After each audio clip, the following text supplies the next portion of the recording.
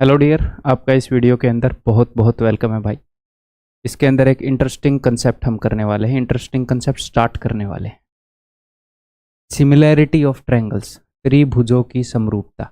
ये जो कंसेप्ट है इसकी मेरे ख्याल 5-6 वीडियो शायद हो जाए या उससे भी ज़्यादा वीडियोज हो जाए, इतना बड़ा कंसेप्ट है। ठीक है। और जो सिमिलैरिटी है ये कंसेप्ट ये काफ़ी कंफ्यूज करता है बच्चों को जनरली, लेकिन आप टेंशन मत लेना, आपको कंफ्यूज नहीं करेगा। इसको बड़ी ही तसल्ली से जो बेस्ट पॉसिबल वे है इनको अरेंज करने का, उस वे में अरेंज करके और प्रैक्टिस भी करेंगे दबा के और कंसेप्ट भी सीखेंगे बहुत ही अच्छे से। ठीक है, तो स्टार्ट करते हैं भाई। हमेशा की तरह जोश के साथ पेन नोटबुक लेकर आ जाओ। हैं, बिना पेन नोटबुक के अगर कोई बैठा है तो बेशरम इंसान, अब तक बिना पेन नोटबुक के आप बैठ रहे हो, आपको शर्म नहीं? अब तक हम कैसे पढ़ रहे हैं मैथ्स को। तो चलिए स्टार्ट करें फिर। चलिए, तो सबसे पहले हमें यह समझना पड़ेगा कि यार सिमिलरिटी है क्या। तो हिंदी में समझ पाएंगे, जैसे कॉन्ग्रुएंस को आप हिंदी में समझ पाए थे। कॉन्ग्रुएंस है क्या? सर्वांग समता, सर्व अंगों की समानता। ऐसे ही समरूपता, सम मतलब इक्वल इंग्लिश में, रूपता मीन्स रूप, रूप मीन्स शेप, इक्वल शेप, या फिर सम को आप बोल सकते हो इक्वल की बजाय सेम, सेम शेप। तो ऐसी फिगर्स जिनकी जो शेप है वो सेम है, भले ही साइज सेम हो ना हो, बट शेप सेम होनी चाहिए। जिस तरह की बनावट है, जो आकार है, मतलब कि जो शेप है, जो रूप है, वो सेम होना चाहिए। क्लियर है? साइज, जैसे सर्वांग समता क्या थी, कॉन्ग्रुएंस क्या थी, कि भैया दो चीजें एग्जैक्टली सेम होनी चाहिए, उनका रूप भी सेम होना चाहिए। मैं एक बार ये गेट बंद कर दूं। ऐसा मौसम है ना तो एसी चला सकते ना कोई बात, तो गेट खोल रखा है, बाहर गन्ने का जूस वाला आया हुआ है। और ठीक है, देखो, तो कॉन्ग्रुएंट चीजें क्या होती हैं, वो बिल्कुल सेम होती हैं, उनकी शेप भी सेम होगी, उनका साइज भी सेम होगा, सब कुछ सेम होगा। बट यहाँ पर सिर्फ शेप सेम हो, तो सर शेप सेम का क्या मतलब है? जैसे मान लो दो सर्कल हैं, इनकी शेप सेम है। ठीक है सर, ऐसे तो दो ट्रायंगल की भी शेप सेम होती है? नहीं, एक तो ऐसी ट्रायंगल हो गई, एक ऐसी ट्रायंगल हो गई। बताओ क्या इनकी शेप सेम है? नहीं, ये ऐसे पिचकी हुई और ये ऐसे, ठीक है। एक ऐसी ट्रायंगल हो गई, क्या इनकी शेप सेम है? नहीं सर। अगर मैं दो स्क्वायर बनाऊं तो दुनिया के सभी स्क्वायर्स की शेप जो है सेम है, दुनिया के सभी स्क्वायर सिमिलर हैं, इनके सभी के सारे एंगल बराबर हैं, शेप बिल्कुल ठीक है। हाँ, इसी की जगह अगर मैं ऐसे ओवल कर दूं, ऐसे, इनकी शेप सेम नहीं है, लेकिन सारे सर्कल्स की शेप सेम है। ठीक है, धीरे धीरे आप समझ जाओगे और आगे क्लियर है भाई। इसको बोलते हैं सिमिलरिटी।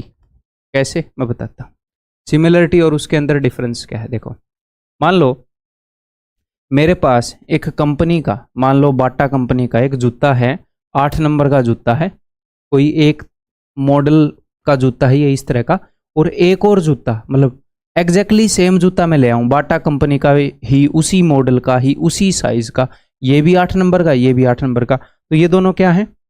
ये कॉन्ग्रुएंट हैं जी, सर्वांग सम है, बिल्कुल एक दूसरे के सिमिलर है। अगर मैं इसी कंपनी का 8 नंबर का जूता ले आऊं और 4 नंबर का जूता ले आऊं, तो ये सेम साइज के तो नहीं है, बट सेम टाइप के तो हैं, सेम शेप के तो हैं, एग्जैक्टली सेम ही चीज है बट छोटे साइज में है। तो ये दोनों क्या हैं? सिमिलर हैं, एक जैसे हैं।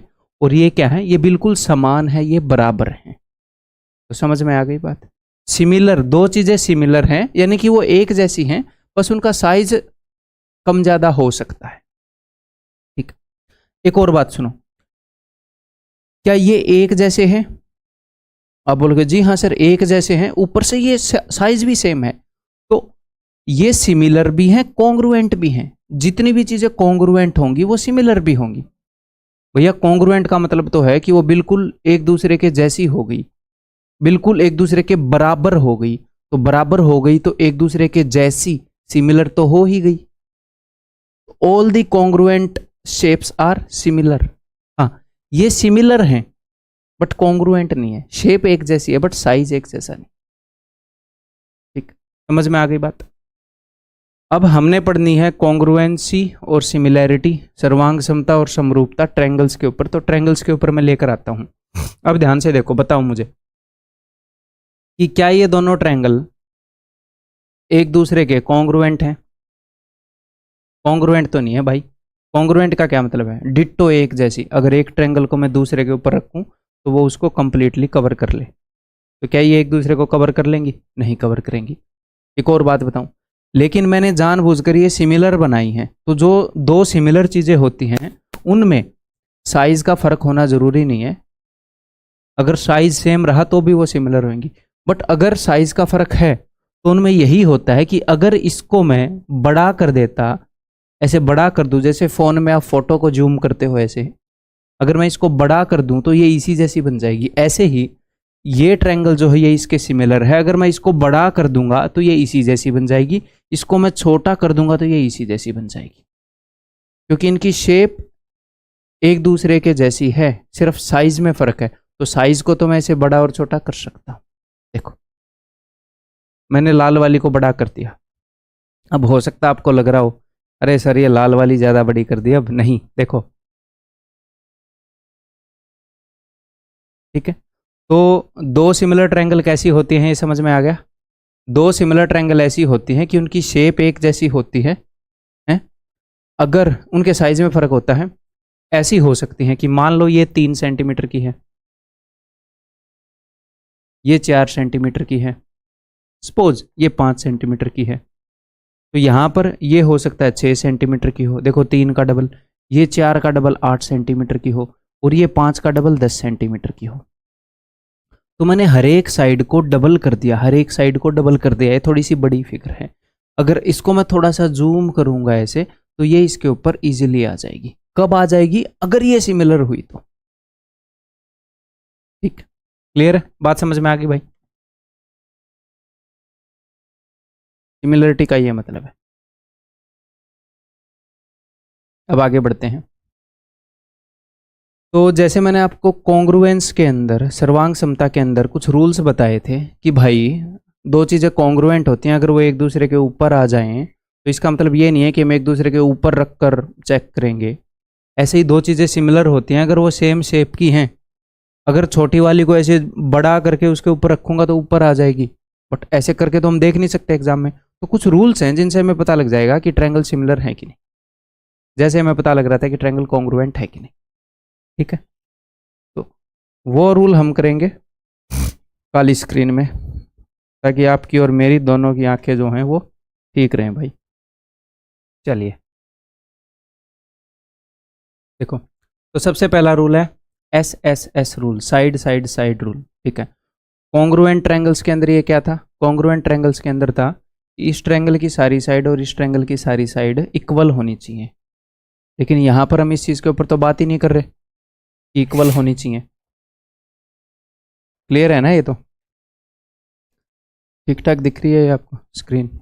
हाँ ठीक दिख रही है। तो यहाँ पर इस चीज़ के ऊपर तो बात ही नहीं कर रहे कि इक्वल होनी चाहिए, एक जैसी होनी चाहिए।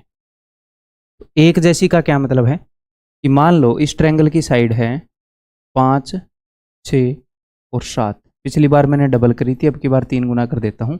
तो इस ट्रायंगल की ये साइड, मान लो ये वाली साइड 15 है, तो ये वाली साइड 3 गुनी है। तो सारी साइड 3 गुनी होनी चाहिए। 6 तिये 18, 7 तिये 21। तो ये दोनों ट्रायंगल सिमिलर हो जाएंगे, यानी कि इनकी कोरस्पॉन्डिंग साइड्स का जो रेशियो है वो सेम होना चाहिए। यानी कि ए बी, इस ट्रायंगल की साइड है ए बी बटे में डी ई, यहां पे लिख देता हूं, यानी कि ए बी बटे में D E should be equal to A C बटे में D F should be equal to B C बटे में ई एफ। ए बी बटे में D E should be equal to A C बटे में D F should be equal to B C बटे में ई एफ।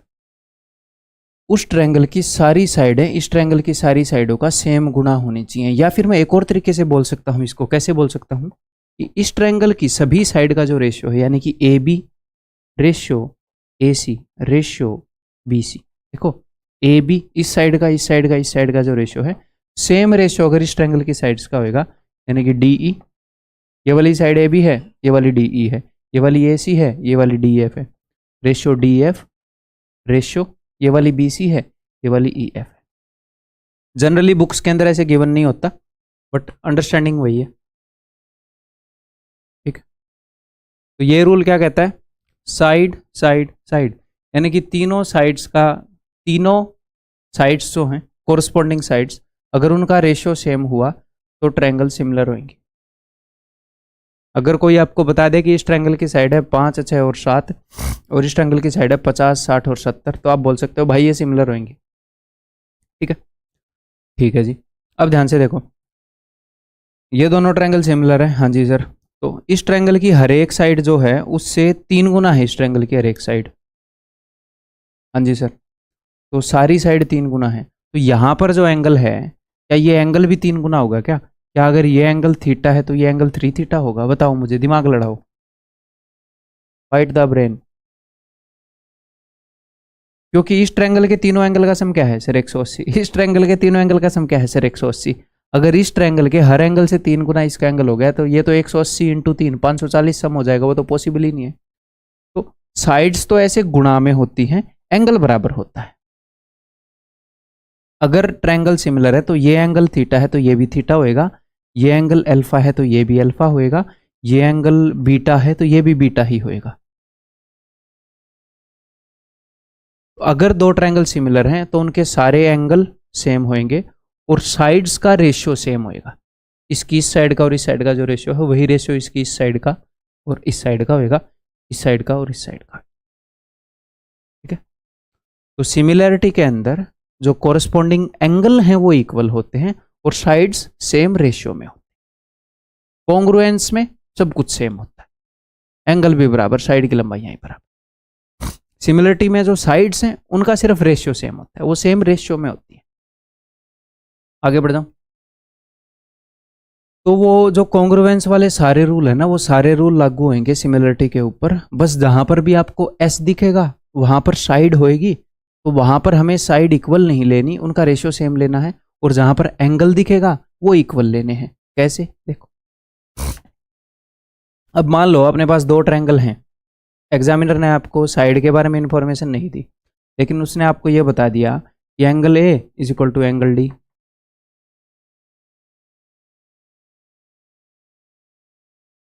और हमें पता लग गया कि angle B is equal to angle E, ये वाला जो एंगल है ये इसके इक्वल है। मुझे एक बात बताओ, अगर ये दो एंगल इक्वल हो गए, दो ट्रायंगल के दो एंगल इक्वल हो गए, तो तीसरा एंगल तो बाय डिफॉल्ट इक्वल हो जाएगा, क्योंकि यहां पर भी तीनों एंगल का सम 180 है, यहां पर भी तीनों एंगल का सम 180 है, तो ये तो बराबर हो ही जाएगा। तो अगर दो ट्रायंगल के तीनों एंगल इक्वल हो गए तो वो सिमिलर हो जाते हैं। ये रूल है, एंगल एंगल एंगल, अगर तीनों एंगल इक्वल हो गए तो वो सिमिलर हो जाती हैं। बट अगर एग्जामिनर ने दो एंगल भी इक्वल बता दिए ना, तो तीसरा एंगल तो बाय डिफॉल्ट इक्वल हो गया। तो इस रूल को हम ऐसे भी लिख सकते हैं, A rule, double A rule, angle angle rule. तो दो ट्रायंगल के दो एंगल भी इक्वल हो गए तो ही वो सिमिलर हो जाते हैं, क्योंकि तीसरा फिर बाय डिफॉल्ट इक्वल हो जाएगा।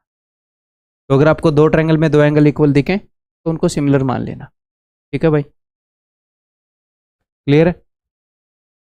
और अगर वो सिमिलर हो गई तो क्या होगा, सिमिलर हो गई तो उनकी कोरस्पॉन्डिंग साइड्स का जो रेशियो है वो सेम होएगा, यानी कि ए बी बटे में D E will be equal to A C बटे में D F will be equal to B C बटे में ई एफ, ठीक है। आगे बढ़ जाऊं, नेक्स्ट रूल है भाई एस से एस।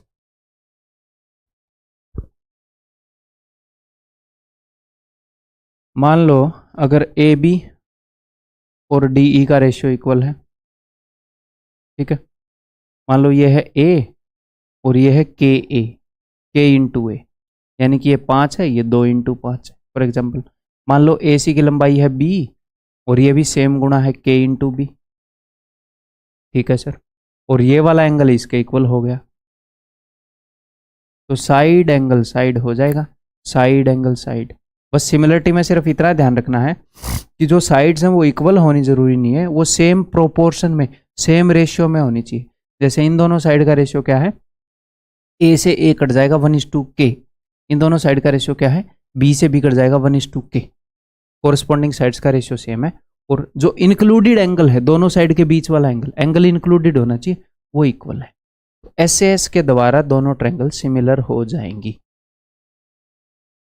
ये आपको अलग से रटने की जरूरत नहीं है, बेसिक अंडरस्टैंडिंग मैंने आपको बता दी कि कॉन्ग्रुएंस वाले सारे रूल यहाँ पर लागू होते हैं। कॉन्ग्रुएंस वाले रूल्स के अंदर जहाँ पर भी साइड्स आती हैं उनका तो रेशियो सेम मान लेना, और जहाँ पर भी एंगल हैं वो इक्वल होने चाहिए। सिंपल।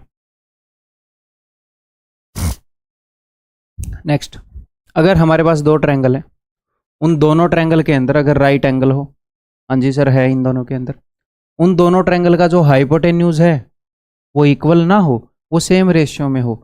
ये अगर a है तो ये k इंटू ए हो।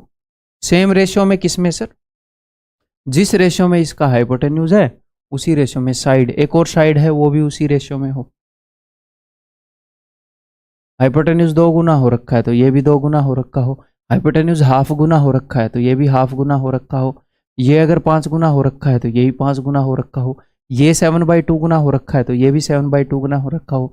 यानी कि कुल मिलाकर कि इसका हाइपोटेन्यूज बटे में उसका हाइपोटेन्यूज बराबर है इसकी एक साइड बटे में उसकी एक साइड। तो हाइपोटेन्यूज का रेशियो सेम है, साइड का रेशियो सेम है, और दोनों के अंदर राइट एंगल है। तो RHS के थ्रू दोनों ट्रायंगल सिमिलर हो जाएंगी, यानी कि वो समान रूप की ट्रायंगल हैं। एक ट्रायंगल को मैं जूम करूंगा तो दूसरी के ऊपर फिट आ जाएगी।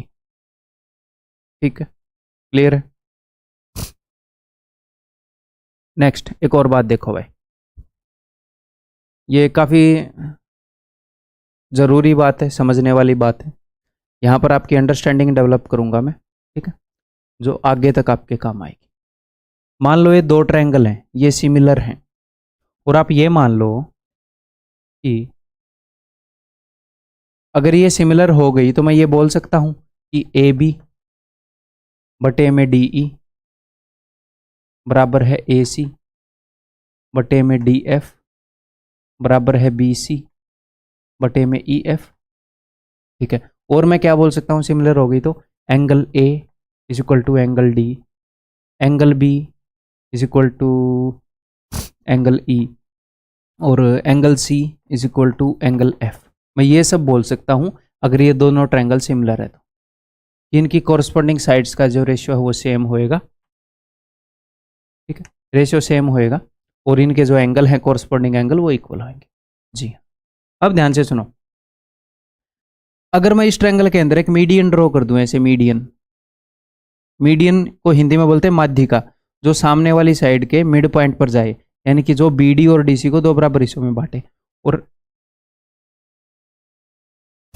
P मान लेते हैं, AP, D यहाँ पर ऑलरेडी है ना, और यहाँ से एक मैंने मीडियन ड्रॉ करी है DQ, जो कि मीडियन है, माध्यिका है, जो EF को दो बराबर हिस्सों में बांटती है, यानी कि EQ is equal to QF। तो ये दोनों ट्रायंगल सिमिलर हैं। हाँ जी सर, ये दोनों ट्रायंगल सिमिलर हैं। अब यहां पर जो मैंने काम किया है मीडियन खींचिए, यहां पर भी वही काम किया है। हाँ जी सर, तो मैं ये मान रहा हूं कि अगर AB अपॉन DE इस ट्रायंगल की साइड और इस ट्रायंगल की जो कोरस्पॉन्डिंग साइड है DE, उनका रेशियो ये था, सपोज ये K के इक्वल है, जो भी था M/N P/Q, जो भी, K में कई बार बच्चे समझते नहीं है तो ऐसे मान लेते हैं, सपोज ये ऐसे था M/N, ठीक है, रेशियो सेम था। तो मैं ये बोल रहा हूं इनकी साइड्स का जो रेशियो था वही इसकी मीडियन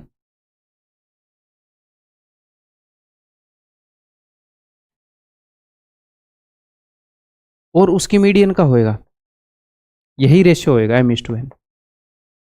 ठीक है, इसको थोड़ी सी वैल्यू लेकर बताऊं, वैल्यू लेकर मैं ये बता देता हूं। देखो, मान लो इस ट्रायंगल की ये वाली साइड 5 है, ये 6 है और ये 7 है, और सपोज इस ट्रायंगल की ये वाली साइड 10 है, ये वाली साइड 12 है और ये 14 है, ठीक है। तो मान लो इसकी मीडियन की लेंथ क्या माने 6.5 है सपोज। अब 6 पॉइंट है कि नहीं वो हम निकाल सकते हैं, एग्जाम्पल ले रहा हूँ। मान लो इसकी मीडियन की लेंथ 6.5 है, तो यहाँ की जो ये थी 5, 6, 7, यहाँ की जो साइड थी उन साइडों से इस ट्रायंगल की सारी साइड डबल थी, तो यहाँ की मीडियन से वहाँ की मीडियन भी डबल होएगी। 6.5 की डबल 13 होएगी, मैं ये कहना चाह रहा हूँ, समझ में आ गया। अगर यहाँ की इस ट्रायंगल की साइड से उस ट्रायंगल की कोरस्पोंडिंग साइड 3 गुना है, तो यहाँ की मीडियन से उस ट्रायंगल की मीडियन भी 3 गुना होगी।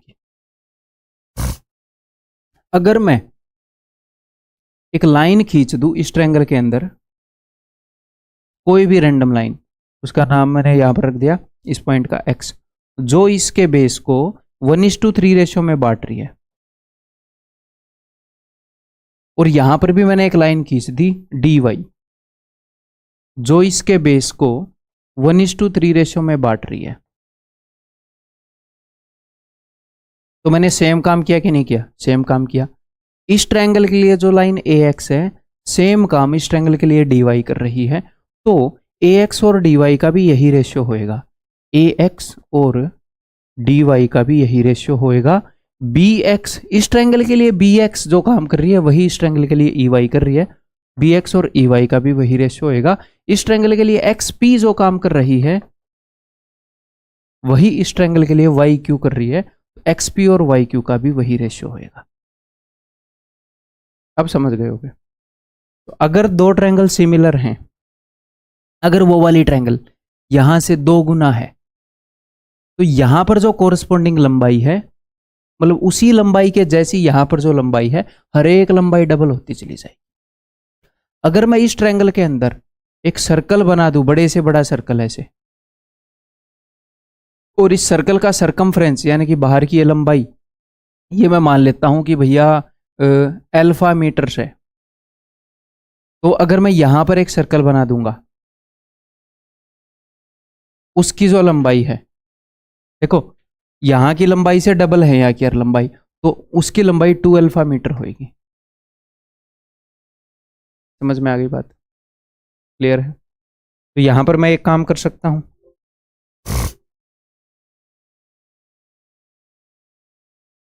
यहां पर मैं ये बता सकता हूं कि क्या बोलते हैं, हाँ, मान लो ये अपने पास ट्रायंगल 1 है और ये अपने पास ट्रायंगल 2 है और ये सिमिलर हैं,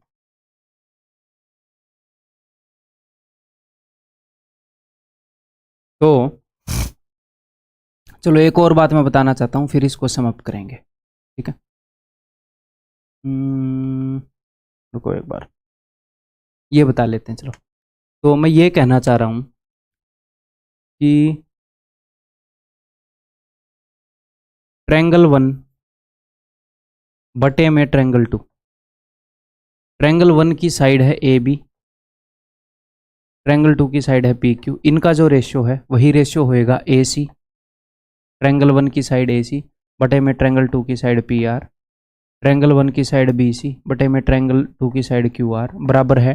अगर ट्रायंगल 1 के अंदर मैंने मीडियन खींच ली, तो ट्रायंगल 1 की मीडियन की लंबाई, माध्यिका की लंबाई, मीडियन क्या होती है मैंने बताया, जो मिड पॉइंट पर जाती है, ऐसे बाद में डिटेल में हम आगे पढ़ेंगे। ट्रायंगल 2 की मीडियन, अगर आपने ट्रायंगल 1 में एंगल ए का बाइसेक्टर खींच डाला एपी, और यहां पर भी एंगल बाइसेक्टर खींच डाला ऐसे, इसको बोल देते हैं एडी और पीएस, तो यहां का जो एंगल बाइसेक्टर है, एंगल बाइसेक्टर ऑफ ट्रायंगल 1 बटे में एंगल बाइसेक्टर ऑफ ट्रायंगल 2, उसका भी वही रेशियो होएगा। यहां पर आपने कोई भी लाइन खींच दी और डिट्टो सेम काम यहां पर कर दिया, तो उनका रेशियो सेम रहेगा, ठीक। अब एक और बात सुन लो,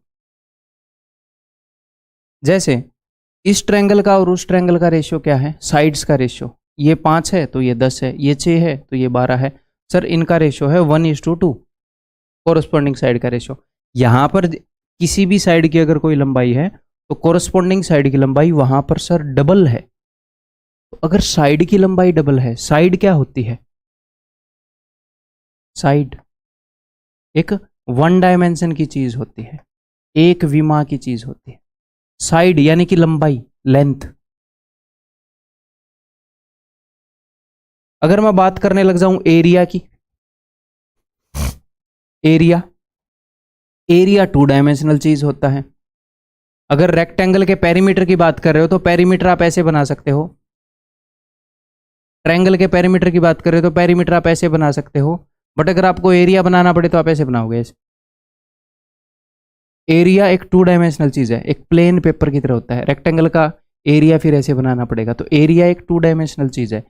जो पेरीमीटर है, जो भी चीजें वन डायमेंशन की होती है वो एक लाइन से, वो लंबाइयाँ होती हैं, ठीक है। तो एरिया की बात करूंगा तो ये टू डायमेंशनल चीज है। अगर इन दोनों ट्रायंगल के लंबाइयों के बीच में, साइड्स के बीच, ये सारी लंबाइयां हैं, चाहे आप साइड ले लो, चाहे एपी लंबाई है किस चीज की, यहाँ की मीडियन की, डी क्यू लंबाई है यहाँ की मीडियन की। अगर इनकी लंबाइयों के बीच में रेशियो है 1:2, तो इनके एरिया के बीच में रेशियो होएगा 1² 2²। ठीक है, यानी कि मैं ये बोल सकता हूं कि एरिया ऑफ ट्रायंगल 1 बटे में एरिया ऑफ ट्रायंगल 2, अगर यहां पर मैं लंबाई मान लेता, इनका रेशियो मान लेता हूं m:n, will be equal to m²/n²। अगर इनकी वन डायमेंशनल चीज़ों का रेशियो है, इस दो ट्रायंगल सिमिलर हैं और उनकी वन डायमेंशनल चीज़ों का रेशियो है m:n, तो इनके एरिया का रेशियो होगा m²/n²।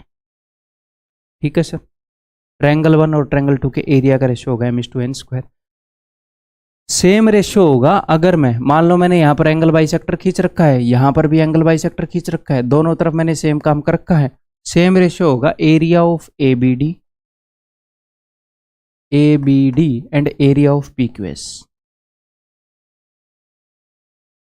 क्योंकि यहां पर भी मैंने सेम काम किया और एक एरिया क्रिएट कर लिया, यहां पर भी मैंने सेम काम किया और एक एरिया क्रिएट कर लिया, तो कोरस्पॉन्डिंग एरिया आ जाएंगे। यहां पर ये एरिया जैसे क्रिएट किया गया वैसे ही ये एरिया यहां पर क्रिएट किया गया।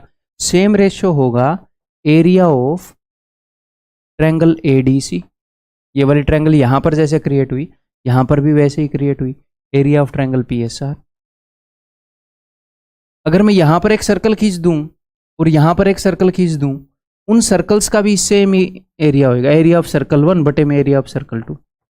अगर मैं यहां पर एक स्क्वायर बना दूं और यहां पर एक स्क्वायर बना दूं, उन स्क्वायर्स के एरिया का भी यही रेशियो होगा m²/n²। ठीक है, क्लियर है। अब मैं इसको समअप कर रहा हूं, देखो मान लो अपने पास दो ट्रायंगल हैं ABC और एक ट्रायंगल है PQR, और ये दोनों ट्रायंगल एक दूसरे से सिमिलर हैं, समरूप हैं।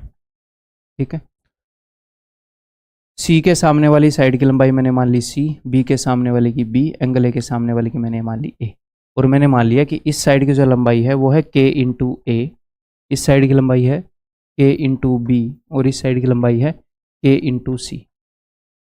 तो मैं ये कह सकता हूं कि ट्रायंगल ABC की जितनी भी वन डायमेंशनल चीज़ें हैं बटे में ट्रायंगल PQR की जितनी भी वन डायमेंशनल चीज़ें हैं, वन डायमेंशनल चीज़ों का क्या मतलब है, लंबाइयाँ जो भी कोरस्पॉन्डिंग यानी कि यहाँ पर अगर आपने साइड AB ली तो वहाँ पर साइड PQ लोगे, क्योंकि triangle ABC is similar to triangle PQR, ABC is similar to PQR। ठीक है, और ये सिमिलरिटी का साइन है भाई, जैसे कॉन्ग्रुएंस का साइन ये था ना। कॉन्ग्रुएंस का मतलब पता क्या होता है, कॉन्ग्रुएंस का मतलब होता है कि दो शेप्स एक दूसरे के सिमिलर भी हैं और इक्वल भी हैं, इसीलिए कॉन्ग्रुएंस का ये साइन है कि सिमिलर तो है ही हैं और इक्वल भी हैं। तो कॉन्ग्रुएंस के साइन के अंदर अगर मैं ये बोलूं कि triangle ABC is congruent to triangle PQR, इसका मतलब अगर कोई आपसे पूछे क्या ट्रायंगल ABC और ट्रायंगल PQR सिमिलर हैं? अरे भैया सिमिलर तो है ही हैं, उनका तो साइज भी सेम है, वो तो कॉन्ग्रुएंट भी है ना। तो कॉन्ग्रुएंट ट्रायंगल सिमिलर भी होती हैं, ये वाले ट्रायंगल सिर्फ सिमिलर है। ठीक है,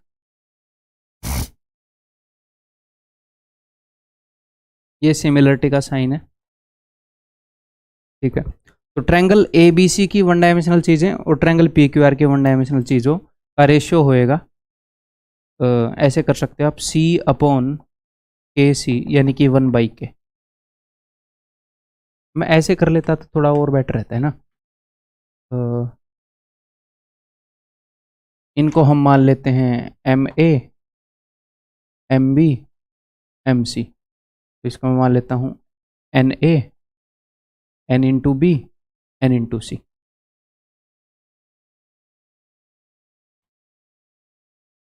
एम बाई एन। ऐसे ही ट्रायंगल ए बी सी की सारी 2D चीज़ें और ट्रायंगल पी क्यू आर की सारी 2D चीज़ों का रेशियो होएगा m²/n²। बस सिंपल मैं ये कहना चाह रहा हूँ।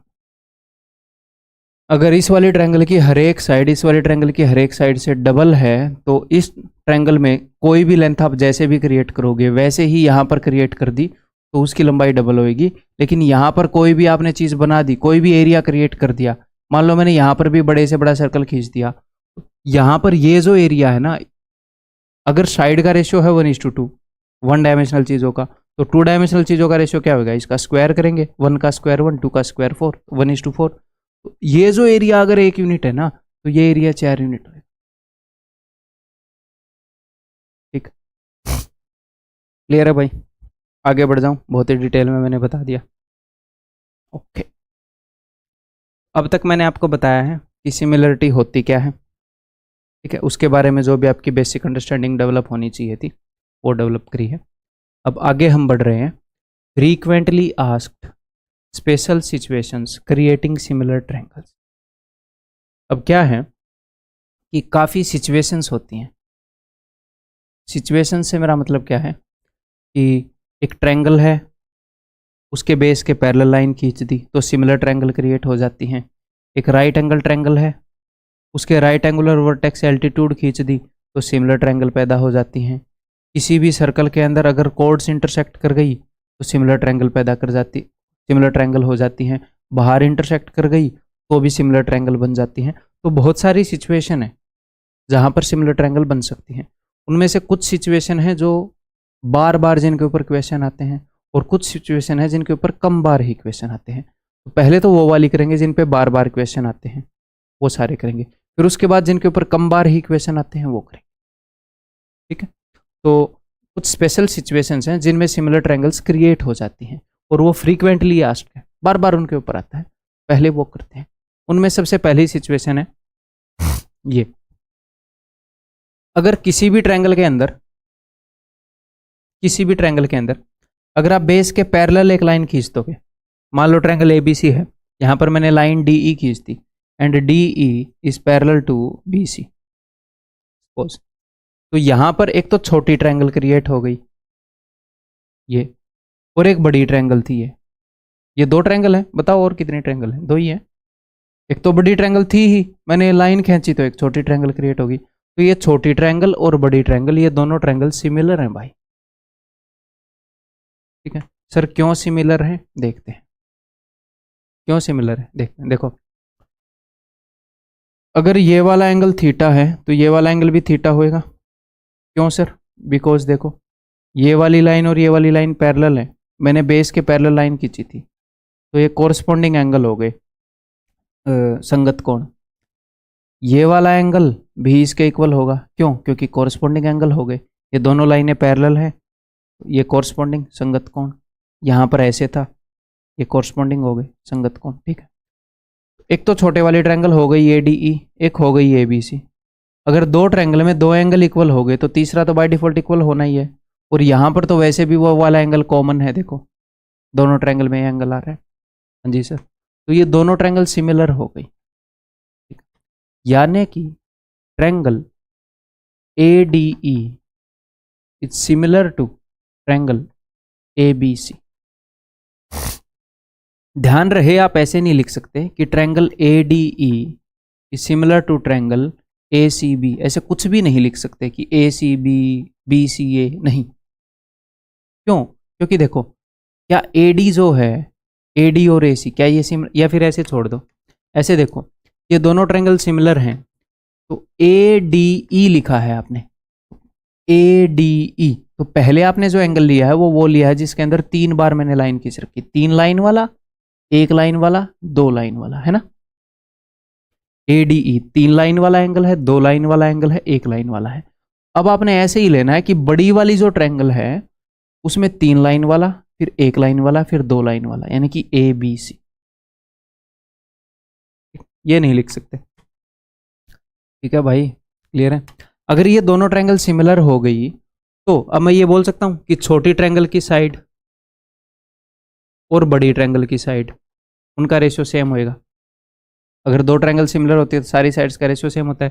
तो छोटी ट्रायंगल की साइड क्या है, ए डी, और उसी के कोरस्पॉन्डिंग बड़ी ट्रायंगल की साइड क्या है, ए डी के कोरस्पॉन्डिंग बड़ी ट्रायंगल की साइड है A B. A D by A B is equal to छोटी ट्रायंगल की साइड है ए ई, और इसी के कोरस्पॉन्डिंग बड़ी ट्रायंगल की साइड है भाई ए सी, इज इक्वल टू छोटी ट्रायंगल की साइड है डी ई, और इसी के कोरस्पॉन्डिंग बड़ी ट्रायंगल की साइड है बी सी। ठीक है, क्लियर है, ओके। एक आधी और बात बोल सकता हूं मैं, क्या बात बोल सकता हूं, देखो मैं ये भी बोल सकता हूं कि ए डी बटे में D B is equal to A E बटे में ई सी। बट इसको मैं ऐसे नहीं बोल सकता कि डी ई बटे में बी सी। यहां पर कई बच्चे गलतियां करते हैं, इसीलिए मैं बता रहा हूं। देखो, बिकॉज ये लाइन पैरेलल है, हाँ जी सर ये पैरेलल है, तो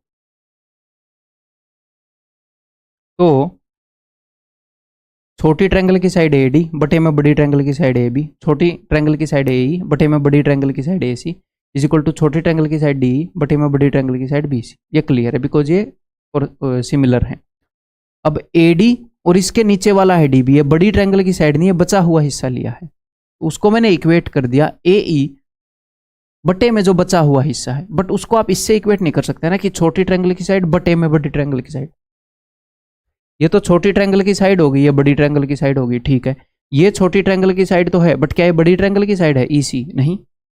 इसके साथ इक्वेट मत करना, गलती से कर देते हैं बच्चे। मैं ये भी बोल सकता हूं अगर ये दोनों सिमिलर है तो ये भी ट्रू है। ओके जी, आगे बढ़ते हैं। मैं ऐसे भी कर सकता हूं, अगर मैंने ए डी के नीचे में डी बी ले लिया, मैं ऐसे भी कर सकता हूं कि ए बी के नीचे में डी बी ले लूं। ए बी मैंने बड़ी ट्रायंगल की साइड ले ली, बटे में मैंने डी बी ले लिया। तो यहां पर भी मुझे यही करना पड़ेगा कि बड़ी ट्रायंगल की साइड ले ली ए सी, बटे में मैंने नीचे वाला हिस्सा ले लिया ई सी। मैंने यहां पर क्या किया था, स्मॉल ट्रायंगल की साइड ली, बटे में रिमेनिंग पोर्शन ले लिया। यहां पर मैंने बिगर ट्रायंगल की साइड ली और बटे में मैंने रिमेनिंग पोर्शन ले लिया।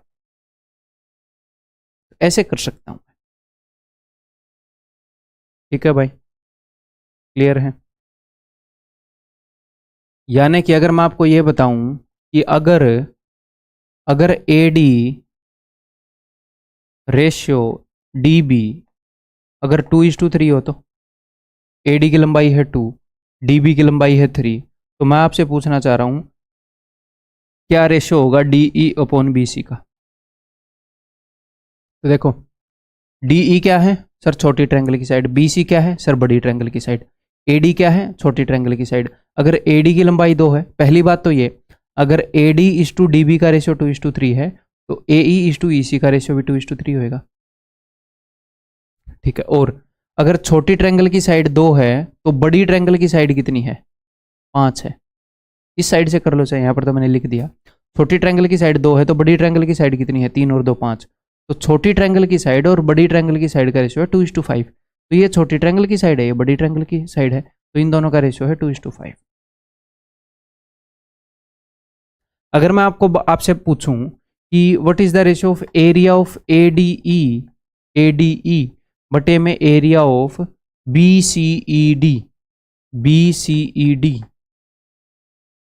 तो दोस्त इन छोटी ट्रायंगल और बड़ी ट्रायंगल को देखना हमेशा, कभी भी ऐसे मत देखना कि छोटी ट्रायंगल और बचा हुआ एरिया, छोटी ट्रायंगल की साइड और बचे, ऐसे मत देखना, क्वेश्चन गलत हो जाएंगे, ठीक है। तो छोटी ट्रायंगल और बड़ी ट्रायंगल को देखेंगे हम हमेशा। तो छोटी ट्रायंगल और बड़ी ट्रायंगल की साइड का रेशियो क्या है सर, छोटी ट्रायंगल की साइड 2 है तो बड़ी ट्रायंगल की साइड 5 है, ठीक है। तो ये रेशियो है वन डायमेंशनल चीजों का, यानी कि साइड्स का। हमें रेशियो बताना है एरिया का। तो टू डायमेंशनल चीजों का क्या रेशियो होगा, टू डायमेंशनल यानी कि एरिया का, तो इसका स्क्वायर कर देंगे तो वो रेशियो होगा 4:25, 2 का स्क्वायर 5 का स्क्वायर। बट ये हमेशा किस चीज का आता है, ये हमेशा आता है छोटी ट्रायंगल और बड़ी ट्रायंगल, हमेशा ट्रायंगल का आएगा। छोटी ट्रायंगल और बड़ी ट्रायंगल, इस बच्चे कुछ एरिया का नहीं आएगा। ये मत करना कि इस ट्रायंगल को रिप्रेजेंट कर रहा है 2, इस साइड को रिप्रेजेंट कर रहा है 3, तो इसका एरिया 2 का स्क्वायर कर दो, इसका एरिया 3 का स्क्वायर कर दो, ऐसे नहीं करना।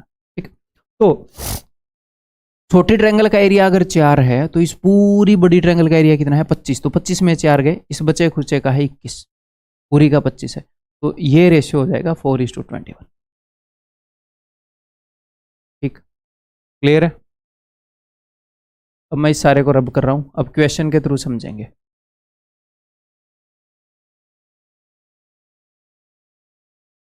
इतनी बार मैं ये चीज़ें पढ़ा चुका हूँ, फिर भी जब मैं आप लोगों को समझाता हूँ ना, तो हर एक बार एक अंदर वो बात होती है नर्वसनेस सी कि मैं और अच्छा कैसे पढ़ा सकता हूँ, और अच्छा कैसे पढ़ा दूँ। पता नहीं, मतलब इतनी बार पढ़ा चुका हूँ फिर भी मतलब इसकी और अच्छा करा दूँ, ऐसा होता है। चलो क्वेश्चन करते हैं अब।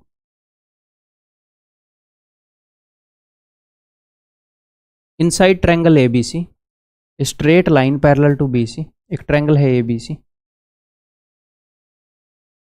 अब मैक्सिमम क्वेश्चन मेरे बताने से पहले कर लोगे आप, इतने डिटेल में बताया है, और कोशिश भी करना कि आप कर लो। Inside triangle ABC, straight line parallel to BC, BC के पैरेलल एक straight line intersect AB and AC at P and Q, AB और AC को P और Q पर इंटरसेक्ट कर रही है, AB को P पर, AC को Q पर, है ना। If AB is equal to 3PB, इसका क्या मतलब है कि PB का 3 गुना है AB। अगर मैं PB को 1 मान लूं तो AB 3 हो जाएगा, 3 × 1। अगर मैं PB को 1 मान लूं तो पूरे AB की लंबाई हो जाएगी जी 3, तो 3 में से 1 गया, इस AP की लंबाई हो जाएगी 2। अब वो पूछ रहे हैं कि what is PQ ratio BC। PQ क्या है, छोटी ट्रायंगल की साइड। अब हाँ, ये बात तो क्लियर है ना, जो PQ है वो BC के पैरेलल है, तो सेम सिचुएशन क्रिएट हो गई, ऊपर वाली छोटी ट्रायंगल और बड़ी ट्रायंगल सिमिलर हो गई। बेस के पैरेलल लाइन खींचते ही जो छोटी ट्रायंगल क्रिएट होती है और जो बड़ी ट्रायंगल थी वो सिमिलर हो गई, खत्म। वो सारी राम कहानी यहाँ पर बताइए, प्रूव करके दिखाइए। अब आगे हम याद रखेंगे ये चीज़, जो भी मैंने रिजल्ट बताए हैं आपके दिमाग में होने चाहिए, रटे हुए नहीं होने चाहिए, इनकी अंडरस्टैंडिंग होनी चाहिए दिमाग में। ठीक है, ओके। तो PQ तो छोटी ट्रायंगल की साइड है और BC बड़ी ट्रायंगल की साइड है, तो छोटी ट्रायंगल की साइड क्या है भैया 2, और बड़ी ट्रायंगल की साइड क्या है भाई 3, तो 2:3। छोटी ट्रायंगल की कोई भी साइड ले लो और उसी के कोरस्पॉन्डिंग बड़ी ट्रायंगल की साइड ले लो, तो उनका रेशियो सेम होएगा क्योंकि ट्रायंगल सिमिलर है। आगे बढ़ते हैं। In the given figure AQ is equal to 4√2, AQ की लंबाई है जी 4√2 and QC is equal to 6√2, AB is equal to 20। ये पूरा AB जो है वो 20 है। AQ और QC का क्या रेशियो है, AQ और QC का रेशियो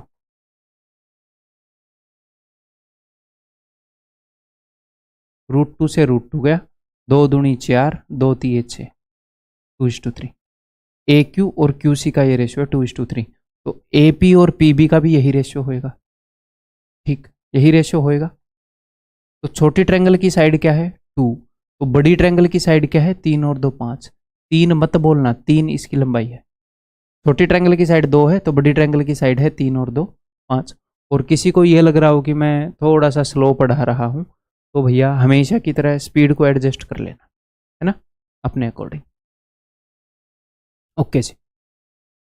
तो छोटी ट्रायंगल की साइड और बड़ी ट्रायंगल की साइड की लंबाई का रेशियो है 2:5। और यहाँ पर इसने क्या पूछा, इसने पूछा है PB कि PB की लंबाई क्या होगी, और उसने हमें क्या बताया है, उसने हमें बताया है AB की लंबाई, AB यानी कि 5 यूनिट की वैल्यू कितनी है 20, तो 5 का ये 4 गुना है, तो 3 का 4 गुना क्या हो जाएगा 12। ये आप मेंटली कर सकते हो, बट मैं धीरे धीरे अंडरस्टैंडिंग बना रहा हूँ, अननेसेसरी प्रेशर नहीं डालना चाह रहा, ये कर लो वो कर लो। मैं जो बता रहा हूँ वो करते जाओ, आप अपने आप सीख जाओगे, बस खत्म बात, और कोई टेंशन ही नहीं है, उतने एफर्ट मार लो बस। In a triangle A B सी,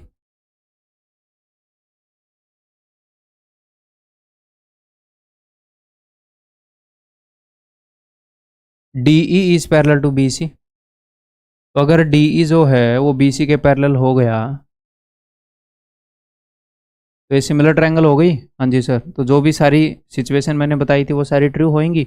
जी हाँ सर। तो in a triangle A B C, D E is parallel to B C, A D is A D की लंबाई है A, D B is A plus 4,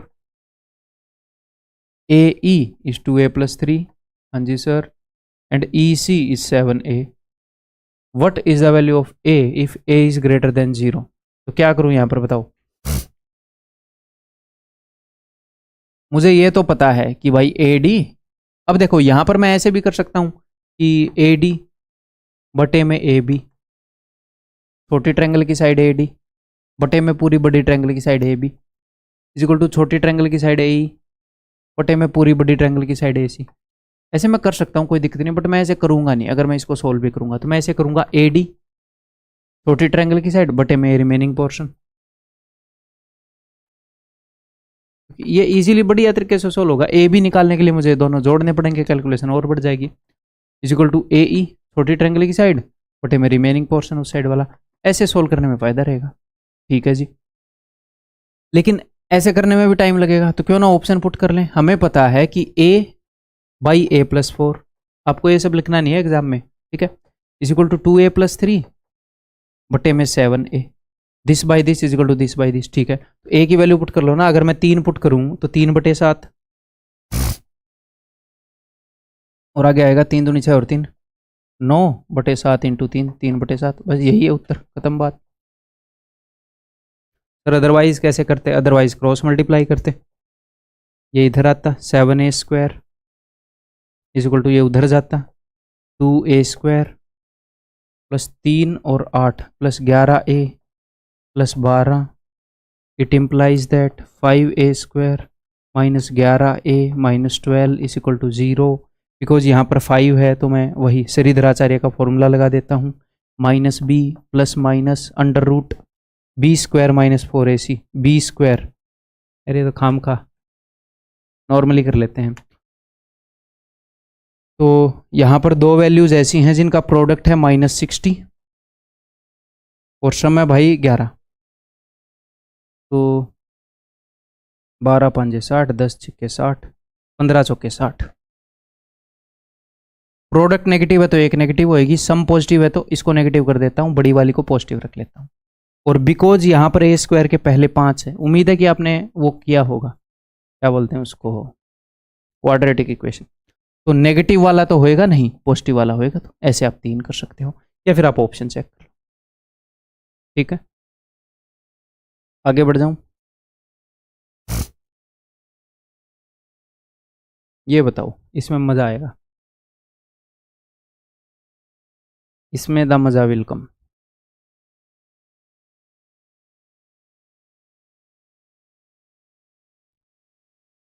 in triangle ABC, D and E are the points on AB and AC.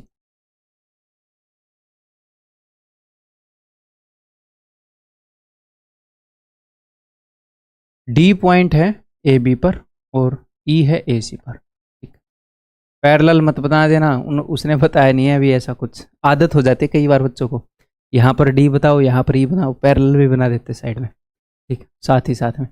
तो D and E are points on AB and AC respectively such that AD into AC, तो उसने बताया है कि AD into AC is equal to AB into AE, AB into AE। तो हो सकता है फर्स्ट टाइम में ना क्रैक कर पाओ, कोई दिक्कत नहीं है। और आगे उसने क्या बताया, ADE जो एंगल है वो ACB प्लस 30 है, यानी कि ACB से 30 बड़ा है। तो ACB इसको मैंने मान लिया भाई साहब थीटा, और इसको मैंने मान लिया है थीटा प्लस 30। ADE इससे 30 बड़ा है, ठीक है। और एंगल ABC 78, एंगल ABC 78।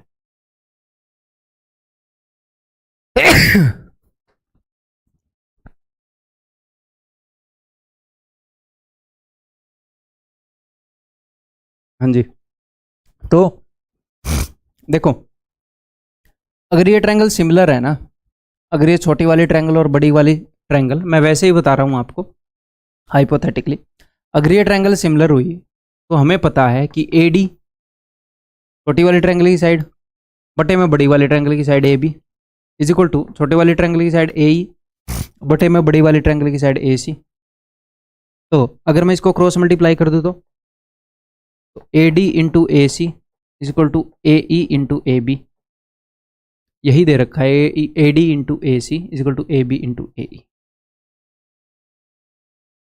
तो अगर यहां से आप ऐसे लेकर आओगे, it implies that A D, आप ऐसे देखोगे कि ए डी है, अगर मैं इसके नीचे ए बी ला पाऊं तो यहां से ए बी ले आओ is equal to A E बटे में यहां से उधर ए सी ले आओ। जब आपको यह पता लग जाता है कि अच्छा यार A D by A B is equal to A E by A C, इसका मतलब ये ट्रायंगल सिमिलर है। ये वाइस वर्सा भी ट्रू होता है। अगर ये दोनों ट्रायंगल सिमिलर हैं तो इसका मतलब छोटी ट्रायंगल का साइड बटे में बड़ी ट्रायंगल की साइड, छोटी ट्रायंगल की साइड बटे में बड़ी ट्रायंगल की साइड, इनका रेशियो सेम होएगा। लेकिन अगर इनका रेशियो सेम है तो भी ये सिमिलर, तो ये इसका मतलब ये सिमिलर होगा। यानी कि अगर मैं आपको ये बता दूं कि इस ट्रायंगल के अंदर A D is to D B का रेशियो 2:3 है और ए ई इज टू ई सी का रेशियो भी 2:3 है, तो इसका मतलब ये सिमिलर है, यानी कि ये वाली लाइन इसके पैरेलल है। ठीक है,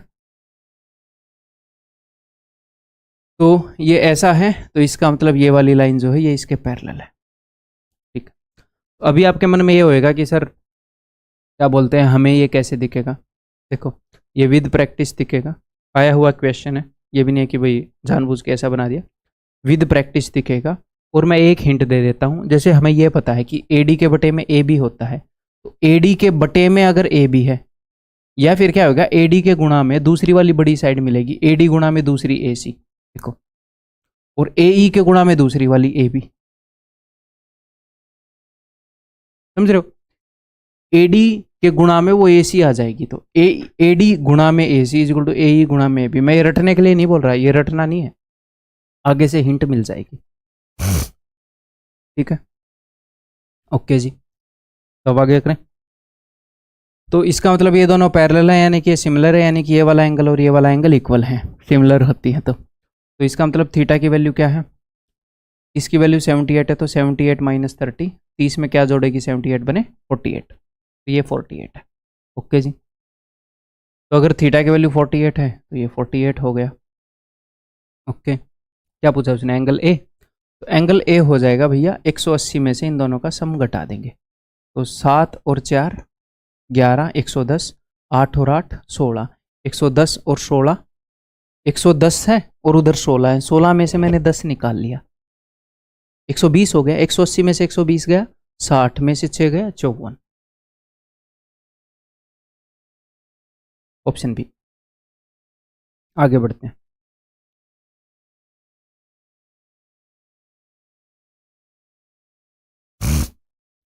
वैसा ही एक क्वेश्चन है, अब ये बताने की कोशिश करो। इन ट्रायंगल ए बी सी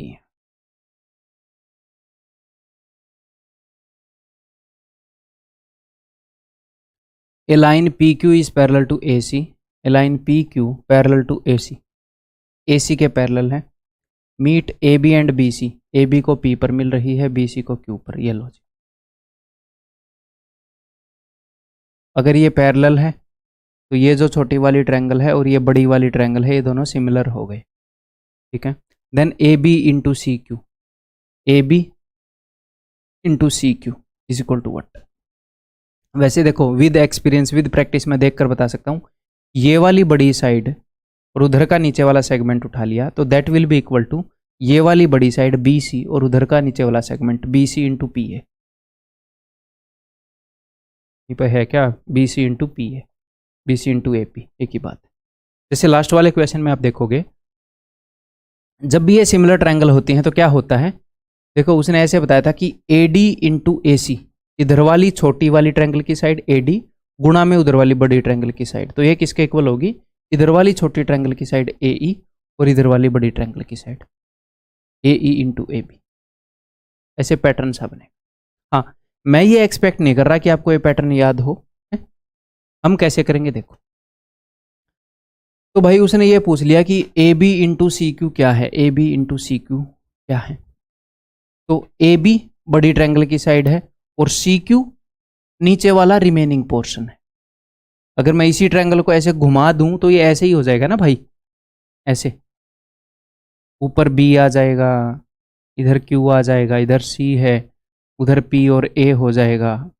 मैं कहना क्या चाह रहा हूँ, A B into C Q, A B तो बड़ी ट्रायंगल की साइड है और सी क्यू नीचे वाला पोर्शन है जो पैरेलल के नीचे बचता है। अगर आप ऐसे देख पाओगे तो मैं क्या करूंगा, मैं ये करूंगा कि बिकॉज ये दोनों ट्रायंगल सिमिलर हैं, ये छोटे वाली और ये बड़े वाली, बेस के पैरेलल एक लाइन खींच दी है, तो मैं ये करूंगा कि बड़ी ट्रायंगल की साइड बी सी, बड़ी ट्रायंगल की साइड बी सी बटे में remaining portion Q C. Sir remaining portion क्यों लिया मैंने, क्योंकि यहां पर मुझे सी क्यू रिमेनिंग पोर्शन दिखा तो मैंने उसको इन्वॉल्व कर लिया, और ए बी मुझे बड़ी ट्रायंगल की साइड दिखी तो मैंने उसको इन्वॉल्व कर लिया कि अच्छा बड़ी ट्रायंगल की साइड और नीचे वाले पोर्शन को इन्वॉल्व करना है। तो वो रिलेशन मैं लिख लेता हूं यहां पर, तो बी सी बटे में Q C is equal to B A बटे में P A. It implies that ये पी ए इधर आएगा, P A into B C is equal to Q C into B A. यही चीज उसने पूछी है, Q C into B A, जो कि इसके बराबर है। ठीक है, आगे बढ़ जाऊं, ये बताओ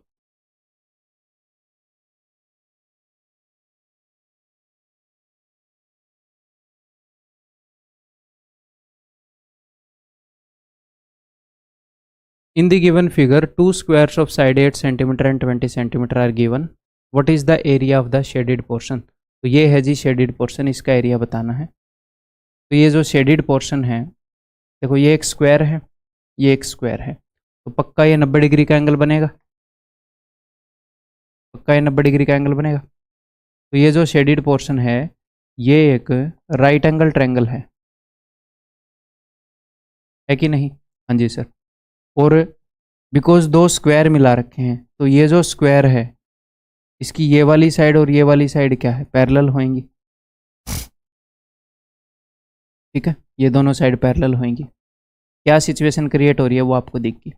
तो जो शेडेड पोर्शन है वो एक राइट एंगल ट्रायंगल है, तो एक राइट एंगल ट्रायंगल का एरिया यहाँ पर आप कैसे निकाल सकते हो, half into base into height. क्योंकि ये हम आगे करने वाले हैं तो मैं अभी आपको बता रहा हूँ, हालांकि आपको स्कूल से ही पता होगा ये। तो मैं इसका बेस निकालने की कोशिश करूंगा और ये हाइट निकालने की कोशिश करूंगा बीई, और मैं बता दूंगा। एग्जामिनर ने मुझे बताया है कि छोटे वाले स्क्वायर की साइड है 8 और बड़े वाले स्क्वायर की साइड है 20। ठीक है जी, तो बेस तो मुझे मिल गया, मैं सिर्फ ये निकालने की कोशिश कर रहा हूँ बीई। अब आपको पता है कि BE is parallel to C D, क्यों सर, क्योंकि ये जो बड़े वाला स्क्वायर है इसकी ऑपोजिट साइड से एक दूसरे के पैरेलल होंगी, इसी कारण, और ये उसी का हिस्सा है बीई, इसकी बड़ी साइड का ही। ठीक है, तो बिकॉज इस ट्रायंगल के अंदर बेस के पैरेलल ये वाली लाइन हो गई। ये मत बोलना सर बेस तो ये वाला है, अगर मैं इसको बेस मान लूँ ट्रायंगल का, इसको ऐसे खड़ी कर लूँ ट्रायंगल को घुमाकर, तो इस बेस के पैरेलल ये वाली साइड हो गई। हाँ जी सर, तो सिमिलर ट्रायंगल वाली सिचुएशन क्रिएट हो गई। हाँ जी सर, तो इस बड़ी वाली साइड की लंबाई क्या है 20, मुझे इस बीई की लंबाई निकालनी है, मुझे पता नहीं, तो मुझे इतना पता है बेस के पैरेलल लाइन खींचने से सिमिलर ट्रायंगल बन गई। तो छोटे वाले ट्रायंगल की लंबाई क्या है 8, छोटे वाले ट्रायंगल की लंबाई बटे में बड़ी वाली ट्रायंगल की लंबाई 20 और 8 28 इज इक्वल टू छोटे वाले ट्रायंगल की लंबाई बीई बटे में बड़े वाले ट्रायंगल की लंबाई 20। ठीक है, तो बीई की वैल्यू आ जाएगी 4 5 20, 4 7 28, तो बीई की लंबाई आ जाएगी भाई साहब, ये 5 इधर चला जाएगा 40/7। एरिया क्या आ जाएगा इसका, तो इसका एरिया आ जाएगा मेरे भाई half into base into height. Base है 8, हाइट है 40/7, 160/7, ऑप्शन बी। ठीक है, आगे बढ़ जाऊं, काफ़ी क्वेश्चन करेंगे अभी। थ्योरी आपको जम के बताई है मैंने।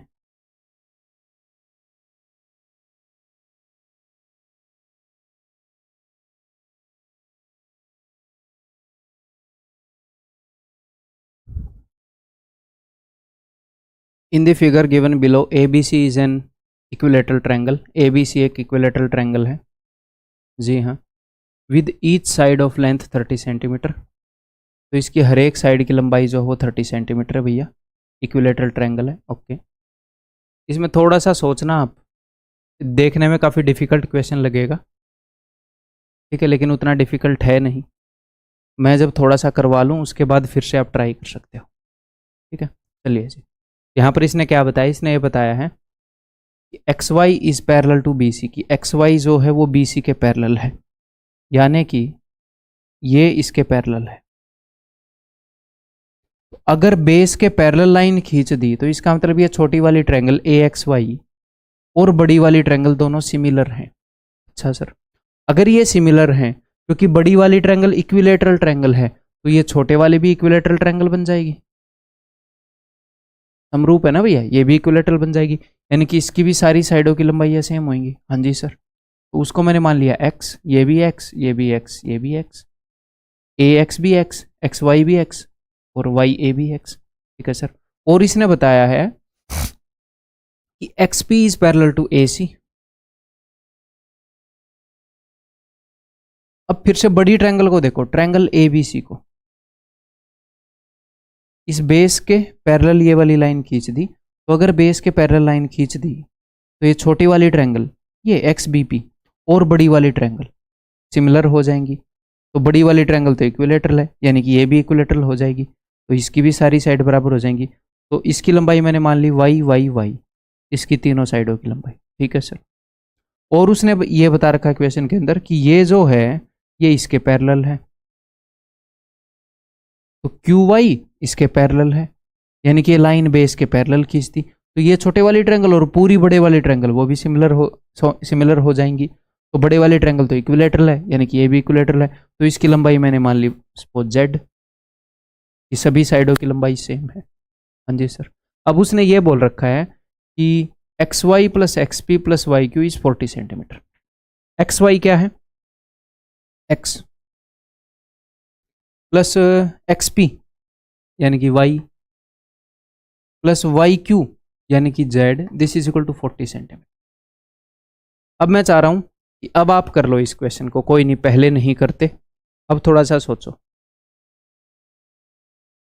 अब भी मैं थोड़ी सी और हिंट दूंगा आपको, टेंशन नहीं लेनी। और उसने बता रखा है कि जो हर एक साइड की लंबाई है वो 30 सेंटीमीटर है, यानी कि अब अगली हिंट है, इस साइड की लंबाई भी 30 है, यानी कि x प्लस वाई भी 30 है, इस साइड की लंबाई भी 30 है, तो यहां पर तो चलो एक और छोटा टुकड़ा आ गया, छोड़ो इसको। इस साइड की लंबाई भी 30 है, यानी कि x प्लस जेड भी 30 है। इससे कुछ मिल रहा है हिंट, x प्लस वाई 30 है।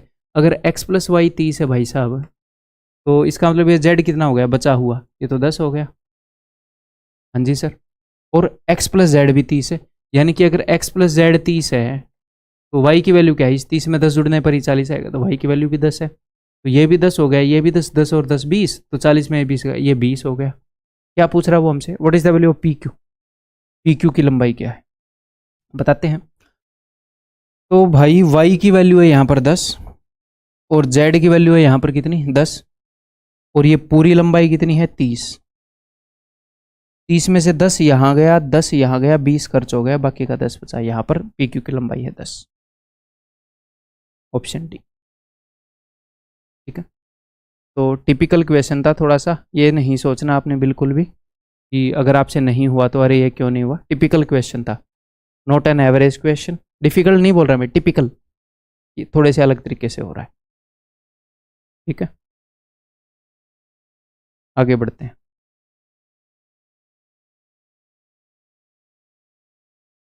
इन a triangle ABC a point D lies on AB, ठीक है। ये भी मजेदार क्वेश्चन है भाई, ध्यान से समझिएगा। In a triangle ABC a point D lies on AB, AB के ऊपर एक पॉइंट D है कहीं पर भी, and points E and F lie on B C, B C के ऊपर ई एंड एफ है, such that D F is parallel to A C. तो देखो ए सी ऑलरेडी बनी हुई है, तो डी एफ को बनाना थोड़ा सा आसान रहेगा। D F is parallel to A C, समझ में आ गई मैंने पहले डी एफ क्यों बनाया। एफ बनाना ईजी है, इसके पैरेलल खींच दी मैंने। और आगे उसने क्या बोला है कि D E is parallel to A F, D E A F बना लिया मैंने, ये लो इस ए एफ के पैरेलल है भैया डी ई।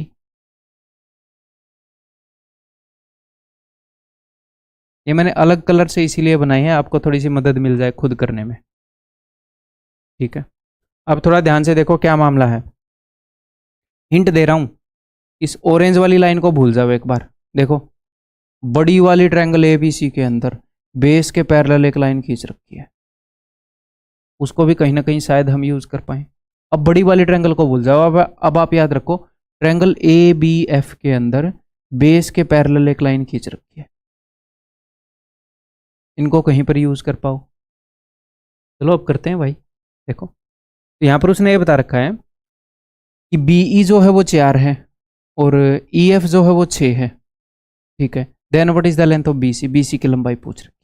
मुझे ये रास्ता नहीं दिख रहा कि ये क्वेश्चन कैसे जाएगा, हाँ ठीक है, वो हम करते जाएंगे, आगे दिख जाएगा। अब ताकि आगे से आपको एक क्वेश्चन याद रहे, मैं आपको एक चीज बताता हूं। देखो वो करता क्या है पता है, मान लो मैंने एक पॉइंट ले लिया, ये इस पॉइंट से एक लाइन खींच देगा पैरेलल इसके, और फिर इस पॉइंट से 2 लाइनें और खींच देगा ऐसे। इस पॉइंट से खींच रहा है ना, एक तो इसके बेस के पैरेलल खींच दिया, एक इसके नीचे। तो एक बार देखो मान लो मेरे पास एक ट्रायंगल है, एग्जामिनर एक पॉइंट पकड़ेगा, उससे उसने एक तो बेस के पैरेलल लाइन खींच दी, तो सिमिलर ट्रायंगल का जोड़ा बन गया। आप बोलोगे जी हाँ बन गया। फिर वो क्या करेगा, फिर वो उसने क्या कर रखा है, वहां से लाइन लेके आया हुआ है क्या, डी एफ, हाँ। फिर उसने क्या किया, एक और कहीं पे भी रैंडम लाइन खींच दी ऐसे, और फिर इसके पैरेलल एक लाइन उसने क्रिएट कर दी ऐसे। देखो समझ रहे हो, एक तो ये वाली ट्रायंगल बन गई, मतलब ये वाला सिस्टम बन गया बेस के पैरेलल वाला, एक ये वाला सिस्टम है बेस के पैरेलल वाला, ये तो 2 सिस्टम क्रिएट कर दिए। मैं आपको ये रटने के लिए नहीं कह रहा कि वो कैसे कर रहा है, ये तो रटना नहीं है, आगे से आप बस इसको पहचान जाओगे। तो अब मैं क्या करूं सर, रिलैक्स रहो। देखो सिर्फ उस जोड़े को लो, सिर्फ उन 2 लाइनों को लो जो एक दूसरे के पैरेलल है। एक तो ये वाली लाइन है, हाँ जी सर, एक ये वाली लाइन है। तो ये वाली लाइन है, इसको उठा लो, क्योंकि यहां पर ये गिवन है। आपकी नजर सिर्फ जानी चाहिए कहां पर, आपकी नजर जानी चाहिए ट्रायंगल ए बी एफ के अंदर। ए बी एफ में बेस के पैरेलल एक लाइन खींच रखी है जो है 4:6, यानी कि इसका रेशियो क्या है 2:3। तो यहां पर इसका रेशियो क्या होएगा 2:3। अगर बेस के पैरेलल एक लाइन गई हुई है, ये 4 है ये 6 है, तो रेशियो होता है, यहां पर जो रेशियो होगा वही रेशियो यहां पर होगा। तो यहां पर रेशियो है 2:3, तो यहां पर भी रेशियो 2:3, वही रेशियो मैंने ट्रांसफर कर दिया बस। आप बोलोगे जी हाँ सर, ठीक है ठीक है, यहां पर 2:3 रेशियो, तो यहां पर 2:3 रेशियो। अब दूसरे वाले जोड़े पर आ जाओ। अब बड़ी वाली ट्रायंगल को देखो, ऑरेंज लाइन को भूल जाओ, भूल जाओ ऑरेंज लाइन को।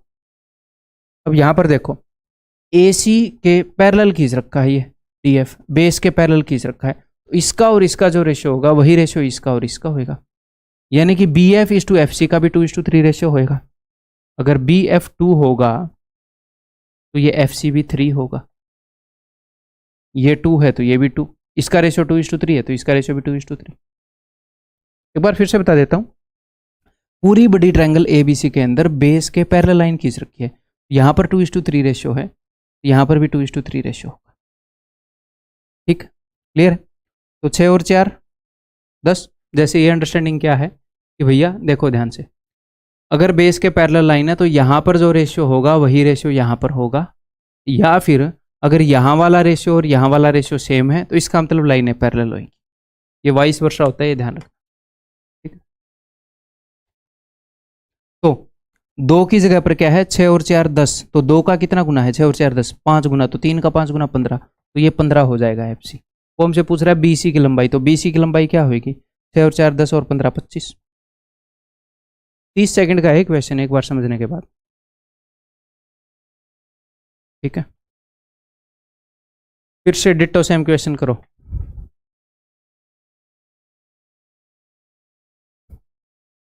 इन a triangle ABC,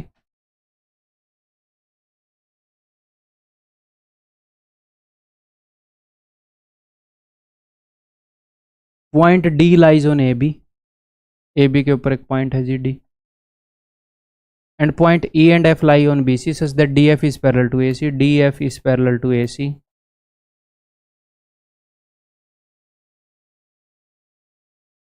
and DE is parallel to AF। तो मैं पहले AF बनाऊंगा क्योंकि ये बन चुका है। तो ये बच्चे पहले DE बना देते हैं। भैया AF फिक्स हो चुकी है तो पहले AF बनाओ ना, फिर इसके पैरेलल खींचोगे, अच्छा लगेगा आपको भी देख के कि देखो क्या है यहाँ पर, क्या चीज़ पैरेलल है, DE, DE is parallel to AF। तो फिर से वही सिस्टम बन गया। उसने इन्फॉर्मेशन दी है कि BE equal to 4, CF equal to 3, then find the length of EF। इस EF की लंबाई निकालनी है। तो देखते हैं भाई, देखते हैं क्या करते हैं। सोचो, पिछली बार ये दोनों इन्फॉर्मेशन गिवन थी, अब की बार गिवन नहीं है, तो क्या करोगे? इसको रेंडमली मान लो, कुछ भी मान लो, X Y Z, मैंने A मान ली। अब इस वाली ट्रायंगल के अंदर देखो, कौन सी वाली ट्रायंगल के अंदर, ये जो देखो ये कॉमन पॉइंट है।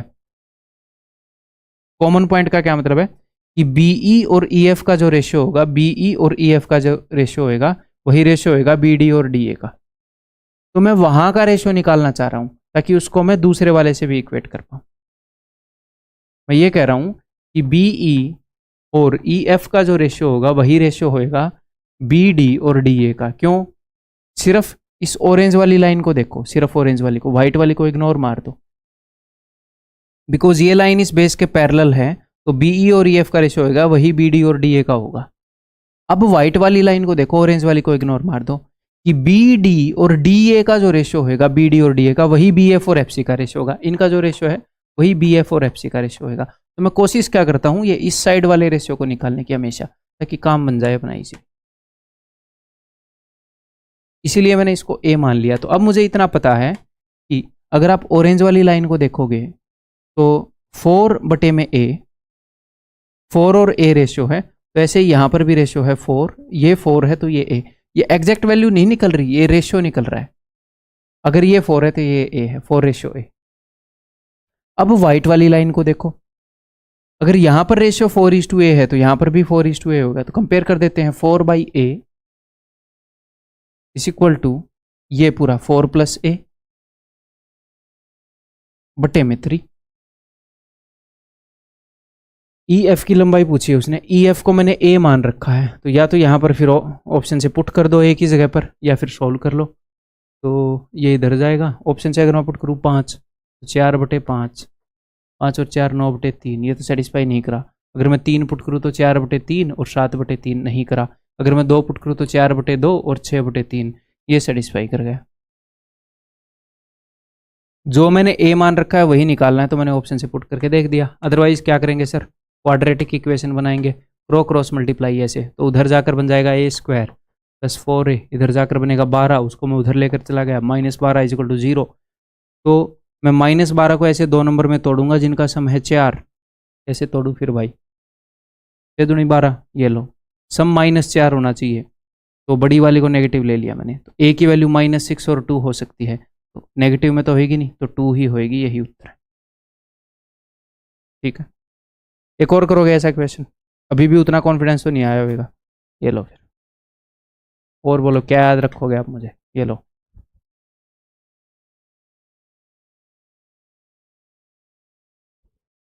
इन triangle ABC, DE is parallel to AB,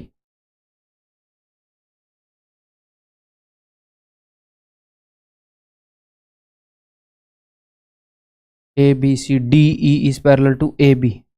ठीक है, कहाँ पर है भैया D and E are points on AC and BC। AC पर D है और BC पर वो है, ये लो DE, ये दोनों पैरेलल हैं। F is a point between C and D, C और D के बीच में F एक पॉइंट है, such that EF is parallel to BD, तो BD खींचनी पड़ेगी। BD के पैरेलल है EF,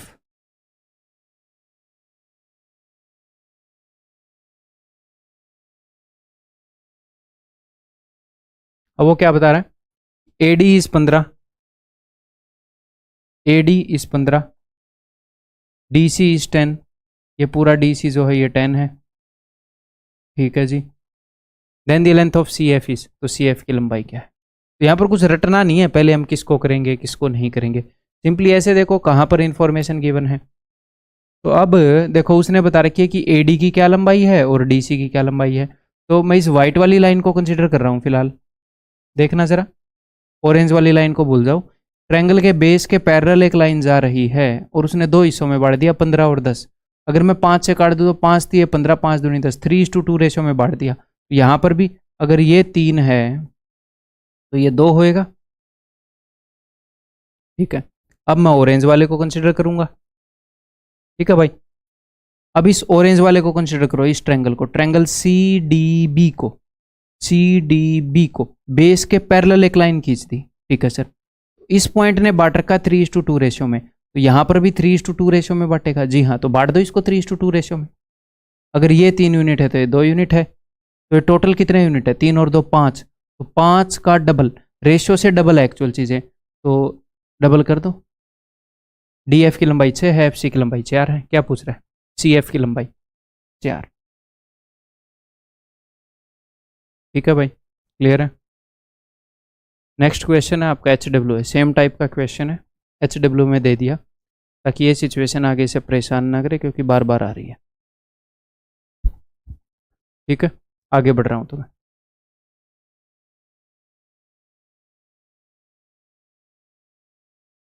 in triangle ABC X is a point on BC,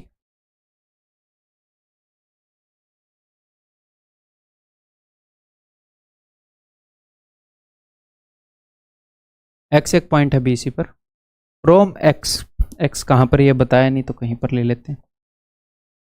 from X two parallel lines respectively XM and XN are drawn parallel to AB and AC, तो AB के parallel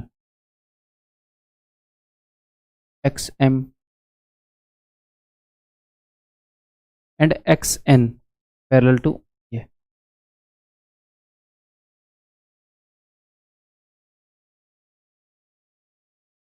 ठीक है। That joins AC at M, जो कि AC को, क्या मतलब AC at M and N, ठीक है।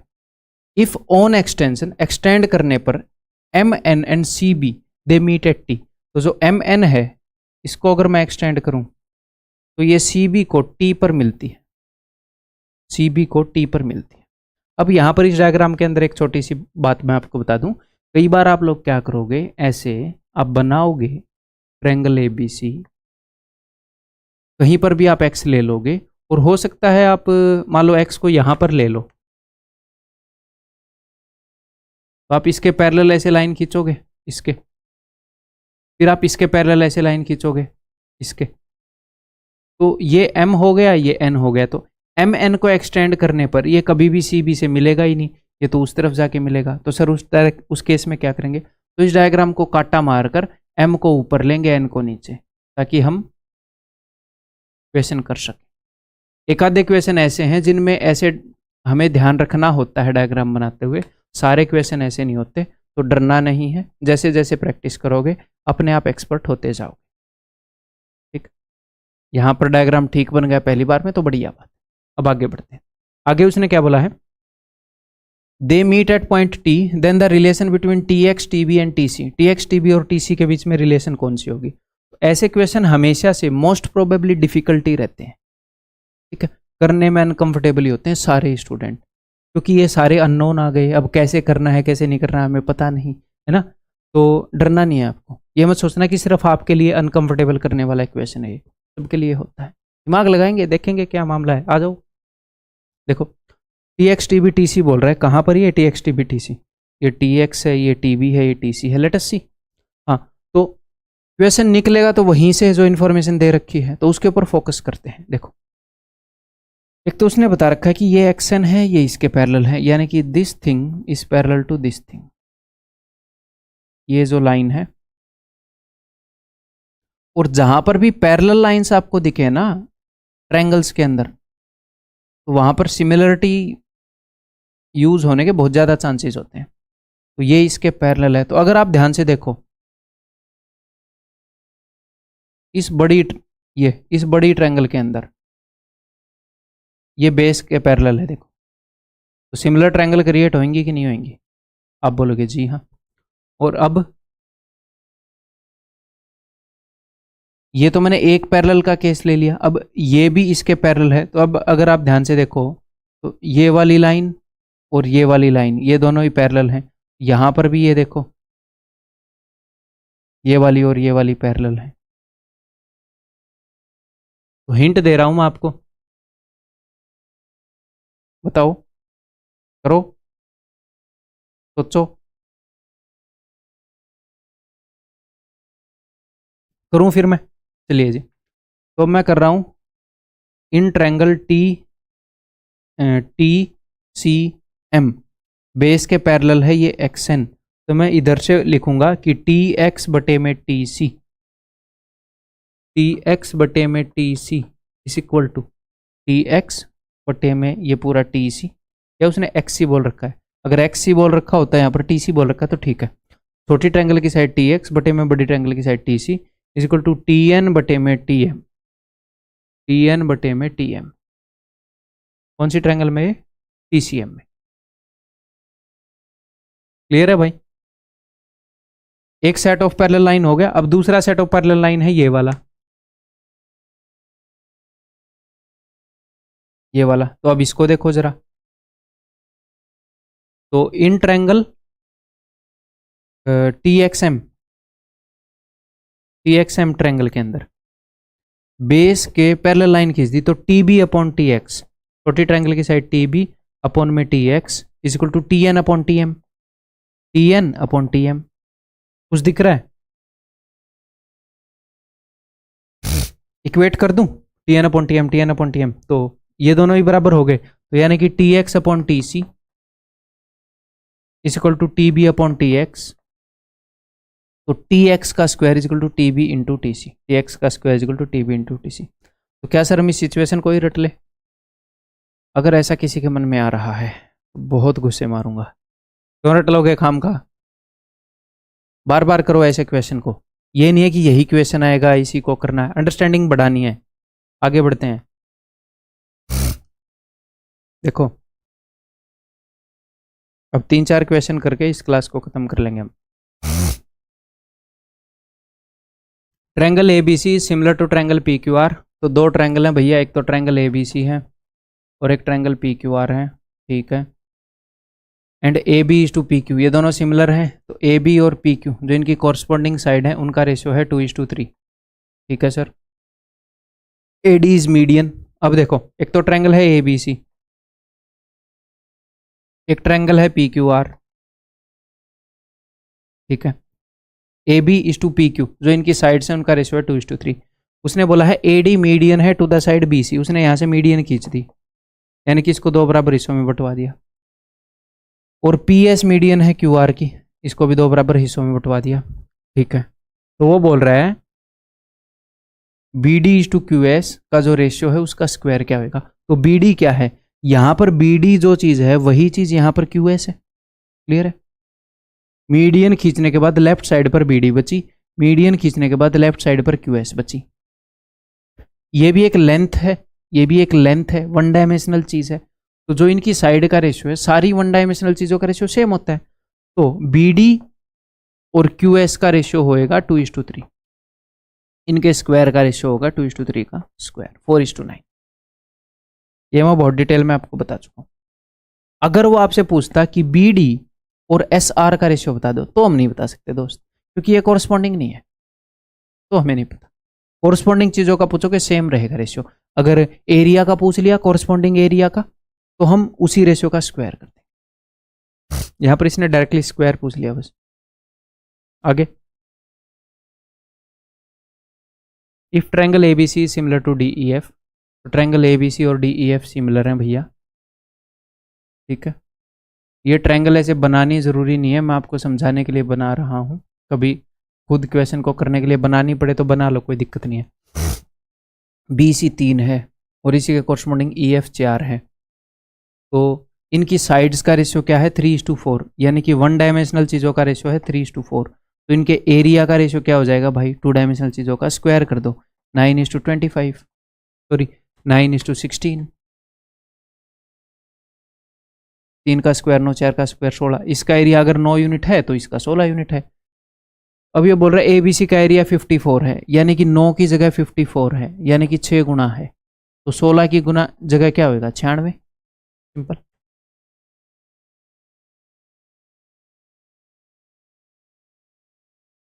ठीक है, साइड्स का जो रेशियो है उसका स्क्वायर होता है एरिया का रेशियो, 2D चीजों का रेशियो। ये देखो आया हुआ क्वेश्चन है एक, इस क्वेश्चन के थ्रू मैं आपको बस कुछ समझाना चाहता हूं। In triangle ABC, AB is equal to AC, in triangle ABC, AB is equal to AC and AL is perpendicular to BC, AL is perpendicular to BC. In triangle DEF, DEF, DE is equal to DF and DM is perpendicular to EF. ठीक है, अब ध्यान से देखो, एक isosceles triangle है, एक isosceles triangle है, ठीक है जी। यहाँ पर एक एल्टीट्यूड खींची, जी हाँ सर, यहाँ पर एक एल्टीट्यूड खींची, जी हाँ सर, बहुत बढ़िया। अब भाई साहब ने हमसे पूछ क्या लिया, उसने हमसे पूछ लिया कि DM प्लस AL बटे में DM माइनस AL। एक तो यहाँ पर आपको ये देखना है कि ये कंपोनेंटो डिविडेंडो की फॉर्म है, A plus B A minus B. तो अगर मैं DM बटे AL निकाल लूँ, अगर मैं DM बटे AL निकाल लूँ तो मैं ये निकाल लूँगा अपने आप, DM बटे AL के ऊपर CND लगा रखा है बस, कंपोनेंटो डिविडेंडो। एक्चुअल में मुझे ये वैल्यू निकालनी है, तो DM क्या है, DM है ये, इसकी एल्टीट्यूड, AL क्या है, इसकी एल्टीट्यूड। तो सर ये तो बढ़िया बात है, यहाँ पर भी एक आइसोस्केलस ट्रायंगल थी, यहाँ पर भी एक आइसोस्केलस ट्रायंगल थी, यहाँ पर भी इसकी एल्टीट्यूड है DM, इसकी एल्टीट्यूड है AL, तो ये तो कोरस्पॉन्डिंग लंबाइयाँ हो गई, है ना। तो ये तो हम निकाल सकते हैं, कैसे, क्योंकि इनके एरियाज का रेशियो उसने दे रखा है। एरिया का रेशियो है 9 किसका है, ABC का, इसका एरिया 9 है तो इसका एरिया 25 है। तो अगर 2D फिगर का रेशियो है 9:25, तो 1D चीज़ों का एरिया, 1D चीज़ें क्या होती हैं, साइड की लंबाइयाँ, एल्टीट्यूड की लंबाई, मीडियन की लंबाई, जितनी भी लंबाइयाँ हैं उसका रेशियो होगा, इसका स्क्वायर रूट कर लेते हैं 3:5।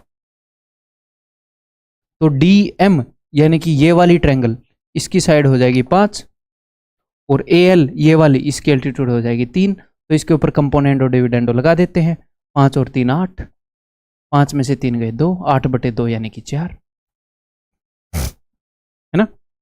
एक्चुअल पूछा हुआ क्वेश्चन है, बट ये गलत है। क्यों गलत है, क्योंकि यहां पर एग्जामिनर ने ये मान लिया, ये ऑप्शन मैंने जानबूझ के दिया है, कैन नॉट बी डिटरमिन्ड। देखो दुनिया की सारी आइसोस्केलस ट्रायंगल जो हैं वो सिमिलर नहीं होती,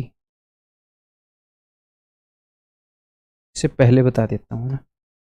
चलो, एक आइसोस्केलस ट्रायंगल ऐसी भी हो सकती है जिसकी ये 2 साइड्स बराबर हैं, एक आइसोस्केलस ट्रायंगल ऐसी भी हो सकती है। क्या ये सिमिलर है, क्या इसको मैं किसी भी तरीके से इसे जूम करके छोटा करके इसके ऊपर बैठा सकता हूं, एग्जैक्टली डिट्टो नहीं बैठा सकता। तो 2 आइसोस्केलस ट्रायंगल तभी सेम होंगी जब उनका ये वाला जो एंगल है ना ये इक्वल होएगा। या फिर आप ऐसे बोल सकते हो कि इस आइसोस्केलस ट्रायंगल के अंदर AB बटे में DE is equal to AC बटे में DF, इतना तो गिवन है, बट साइड और साइड का रेशियो गिवन है। या तो कोई एंगल सेम होना चाहिए ताकि S से S लग जाए, या तीसरी साइड का रेशियो भी सेम होना चाहिए। तो 2 आइसोस्केलस ट्रायंगल तभी सिमिलर होंगे जब ये एंगल इक्वल होगा, फिर वो सिमिलर हो जाएंगे। ठीक है, तो these are not similar, similar नहीं है। ठीक है, तो ये सिमिलर नहीं है जिस बेस पर एग्जामिनर ने क्वेश्चन बनाया था ना, तो यहां पर जो उत्तर होएगा वो कैन नॉट से हो जाएगा। ठीक है दोस्त।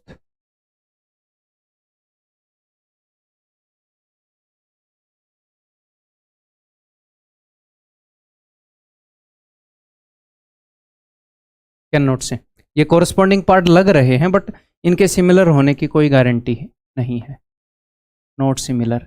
तो सर ऐसे क्वेश्चन पर क्या होगा, ऐसे क्वेश्चन पर तो हम रिप्रेजेंटेशन लगा देंगे, अभी तो सर सिखा रहा था मैं आपको। इस कंसेप्ट के कितने क्वेश्चन बचे हैं एटलीस्ट वो हम कर लें इस वीडियो में ना, 2 क्वेश्चन बचे हैं, 2 कर लें। देखो,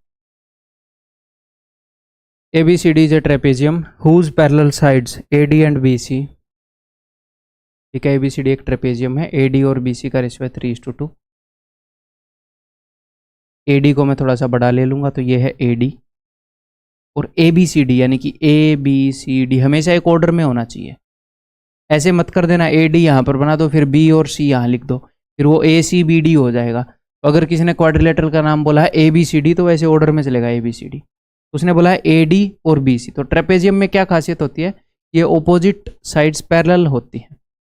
उसने बोला कि अगर AD की लंबाई 3 है तो BC की लंबाई 2 है, ठीक है भैया, और ये इसके पैरेलल है।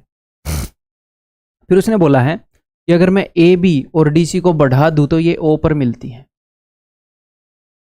अब जानी पहचानी कुछ फिगर लगी, ये तो एक ट्रायंगल बन गई जिसके बेस के पैरेलल एक लाइन खींच रखी है, बेस के पैरेलल लाइन खींचती तो सिमिलर ट्रायंगल वाली सिचुएशन बन गई, ठीक है सर। तो इसका मतलब क्या है कि ये छोटे वाली ट्रायंगल और ये पूरे बड़े वाली ट्रायंगल सिमिलर है, triangle OBC, triangle OBC is similar to triangle OAD। इनकी छोटे वाली ट्रायंगल की साइड है 2 तो बड़े वाली ट्रायंगल की साइड है 3, तो इनकी 1 डायमेंशनल मेजरमेंट्स का रेशियो 2:3 हो गया, तो सारी 2 डायमेंशनल मेजरमेंट का रेशियो 4:9 हो जाएगा। यानी कि छोटे वाले का एरिया अगर 4 है तो पूरी बड़े वाले का एरिया 9 है, तो इसका एरिया 5 हो जाएगा। मैं एरिया की बात क्यों कर रहा हूँ, क्योंकि उसने एरिया की बात करी है। ABCD का एरिया 90 है, यानी इस 5 की जगह पर 90 है, कितने गुना है 18 5 90, तो इसके अभी 18 गुना हो जाएगा, 18 चौके 72, ठीक है। एक और लास्ट क्वेश्चन करते हैं 22 का, ये देखो,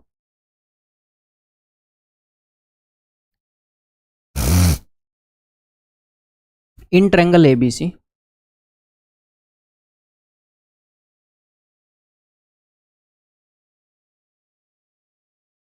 F and E are the points on the side AB and AC।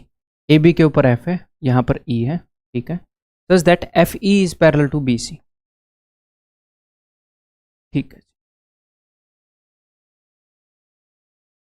And FE divide the triangle in 2 parts of equal area, यानी कि ऊपर वाली ट्रायंगल और नीचे, ऊपर वाली ट्रायंगल और नीचे वाला जो पोर्शन है इनका एरिया बराबर है, यानी कि अगर इसका एरिया 1 यूनिट है तो इसका एरिया भी 1 यूनिट है, और ये लाइन इस बेस के पैरेलल है, तो इसका मतलब triangle AFE is similar to triangle ABC। आप बोलोगे जी हाँ सर, तो इनके एरिया का क्या रेशियो है भैया, एरिया में हमेशा इक्वेट करूंगा छोटी ट्रायंगल और बड़ी ट्रायंगल का, इन टुकड़ों का नहीं कंपेयर करेंगे, उससे क्वेश्चन नहीं होगा। तो अगर छोटी ट्रायंगल का एरिया 1 यूनिट है, इसका एरिया भी 1 यूनिट है, क्योंकि इस लाइन ने इसको 2 बराबर हिस्सों में बांटा है, तो पूरी ट्रायंगल का एरिया 2 यूनिट है। तो अगर 2 डायमेंशनल मेजरमेंट यानी कि एरिया का रेशियो 1:2 है दोनों ट्रायंगल में, तो 1 डायमेंशनल का रेशियो क्या होगा, √1 √2, यानी कि 1:√2। यानी कि अगर छोटी वाली ट्रायंगल की लंबाई 1 है तो बड़ी वाली ट्रायंगल की लंबाई √2 है, ठीक है सर। हर एक कोरस्पॉन्डिंग लंबाई में यही रेशियो चलेगा। उसने ये बोला है कि AD is perpendicular to BC, AD जो है वो BC के परपेंडिकुलर दे दिया, ठीक है। अब ध्यान से देखो, ये जो लाइन AD है ये इस BC के परपेंडिकुलर है और इस BC के पैरेलल है ये, या फिर ऐसे मान लो ये दोनों पैरेलल है ना, तो ये 90 डिग्री है तो ये भी 90 डिग्री, क्यों सर, कोरस्पॉन्डिंग एंगल संगत कोण, ये भी 90 डिग्री कोरस्पॉन्डिंग एंगल संगत कोण। तो ये जो लाइन है AX, ये एल्टीट्यूड है किसकी, छोटे वाली ट्रायंगल की, एल्टीट्यूड लंब, और AD एल्टीट्यूड है बड़े वाली ट्रायंगल की, एल्टीट्यूड लंब। तो छोटे वाली ट्रायंगल की साइड और बड़े वाली ट्रायंगल की साइड का जो रेशियो होगा वही इनकी एल्टीट्यूड की लंबाइयों का रेशियो होगा, वही इनकी मीडियन की लंबाइयों का रेशियो होगा। 2 सिमिलर ट्रायंगल्स में कोरस्पॉन्डिंग लंबाइयों का सेम रेशियो होता है, ठीक है। तो अगर छोटे वाली ट्रायंगल की हाइट 1 है ये, तो पूरी बड़ी वाली ट्रायंगल की हाइट कितनी है? ये √2 है। तो फिर ये क्या हो जाएगा? ये हो जाएगा √2 - 1। और उस भाई ने क्या बताया है? उसने यहाँ पर कुछ और वर्ड यूज किया है, इंटरसेक्ट्स FE एट G। उसने हमसे पूछा है कि GD/AG का क्या रेशियो होगा? √2 - 1:1।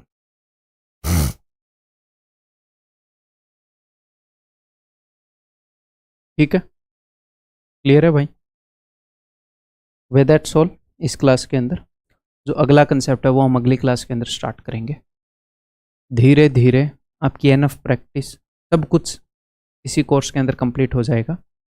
अगर आपको ये लग रहा हो कि यार लंबी लंबी क्लासेस हैं या फिर प्लेन ज्योमेट्री कितने दिनों तक चलेगा, तो उस चीज़ को दिमाग से निकाल दो, क्योंकि बढ़िया टॉपिक है अपना, तो एक बार सीखने में टाइम लगेगा, लगाना पड़ेगा। एक बार सीखो, ऐसा सीखो कि दोबारा ना सीखना, सेम ही कंटेंट को रिवाइज करके काम चल जाए। ठीक है, अगली क्लास में मिलता हूँ आपसे। Bye bye, take care.